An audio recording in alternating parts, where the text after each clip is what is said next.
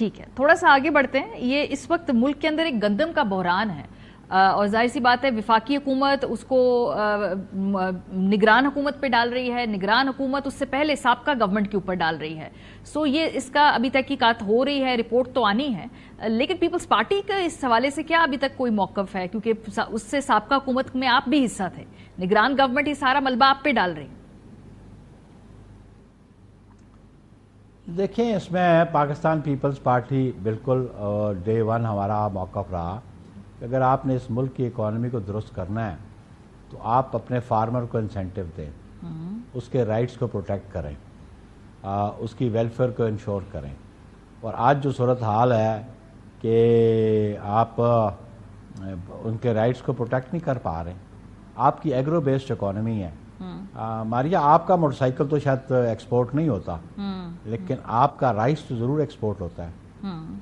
آپ کا بنانا تو ضرور ایکسپورٹ ہوتا ہے. ایک زمانے میں آپ کی کاٹن تو ایکسپورٹ ہوتی تھی، لیکن میں سمجھتا ہوں کہ اگر آپ کی ایکسپورٹس بڑھیں گی تو پھر بیلنس آف ٹریڈ بھی ہوگا. اس لیے ہم سمجھتے ہیں کہ اگر آپ نگلیکٹ کریں گے فارمر کو تو آپ کی اکانومی تو اور بیٹھ جائے گی. اور ہم سمجھتے ہیں کہ اس کا آغاز پیپلز پارٹی نے 2008 میں بھی کیا. یہ جو ابھی ہے ایشو، مجھے تو اس پہ میں نے پہلے بھی کسی اور ٹاک شو میں بھی پروگرام میں کہا کہ 1 مئی کو جو لیبر ڈے تھا اس دن ایک پریس کلب میں بھی انوائٹڈ تھا، تو میں نے اوپنلی کہا کہ پاکستان میں قوانین موجود ہیں، ادارے موجود ہیں، وہ اپنی ذمہ داری کیوں نہیں نبھاتے. میرا ایک بڑا کوشچن مارک تھا، ایک سوالیہ نشان تھا نیب کے چیئرمین پہ کہ اگر آپ نے نیب کا قانون پڑھا ہے تو اس کو ایگزامن کریں. تو نیب کا چیئرمین تو کسی کی کمپلینٹ پہ بھی اور اٹ سیلف بھی اس چیز کا کوگنیزنس لے سکتا تھا. کیونکہ آپ دیکھیں کہ یہ ملک دشمنی ہے. ملک دشمنی اس طرح کہ آپ نے اس سال برباد کیا فارمر کو، اگلے سال فارمر کہہ رہا ہے کہ میں گندم کاشت نہیں کروں گا. ڈالرز آپ کے پاس ہوتے کوئی نہیں ہے کہ آپ ان کموڈیٹیز کو امپورٹ کر سکیں. جو کموڈیٹیز آپ خود پیدا کر سکتے ہیں، اگر آپ ان میں بھی انسینٹیو نہیں دیں گے اور ان کے رائٹس کو پروٹیکٹ نہیں کریں گے تو پھر آپ کی اکانومی کہاں جائے گی؟ اس سے بڑی ملک دشمنی اور کیا ہو سکتی ہے؟ پھر آپ قرضے مانگ کے تنخواہیں دیتے ہیں تو پھر قرضے مانگ کے گندم بھی خریدیں گے.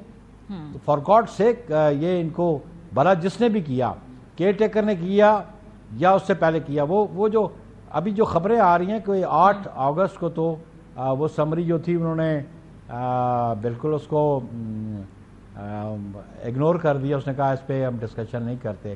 کیئر ٹیکر نے کیا ظلم کی بات کہ آپ کی بائی اینڈ آف مارچ اور فرسٹ ویک آف اپریل آپ کی پروڈکٹ جو ہے نا ویٹ کی وہ مارکیٹ میں آ جاتی ہے. ٹھیک ہے، آپ مارچ میں بھی آپ امپورٹ کر رہے ہیں اور اس میں ابھی یہ بھی میڈیا پہ چل رہا ہے کہ وہ پوسٹ فیکٹو آپ اپروول دیتے رہے. گندم پہلے آ گئی، اپروول آپ بعد دے رہے. تو یہ تو میں سمجھتا ہوں ملک دشمنی اس سے اور بڑی کیا ہو سکتی ہے.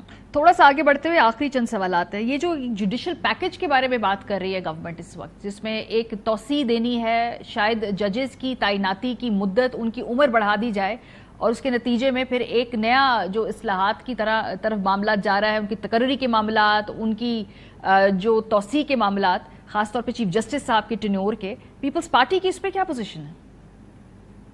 ہونی چاہیے، نہیں ہونا چاہیے؟ پارٹی تو جب یہ گورنمنٹ کوئی پیپلز پارٹی تو سمجھتی ہے کہ آئین کو امینڈ کرنے کا اختیار پارلیمان کے پاس ہے.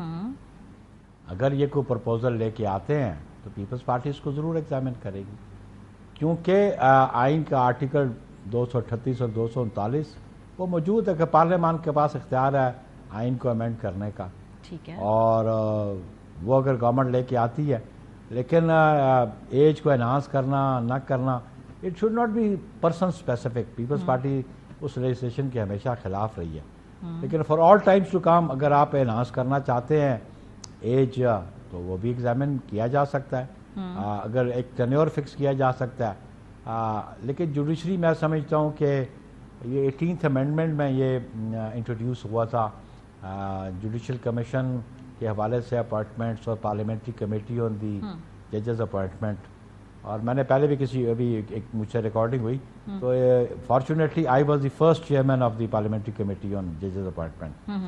اور ہماری جو کمیٹی تھی اس کو تو جسٹس افتخار چودھری نے ٹوٹلس کر دیا، ایک پٹیشن کروا کے جو فیصلہ ہم نے کیا اس کو انڈو کیا. ٹھیک ہے. دیٹ واز دی اسٹارٹ کہ جہاں پہ نیپوٹزم آغاز ہوا، جہاں پہ اپنے فیورٹزم سٹارٹ ہوا.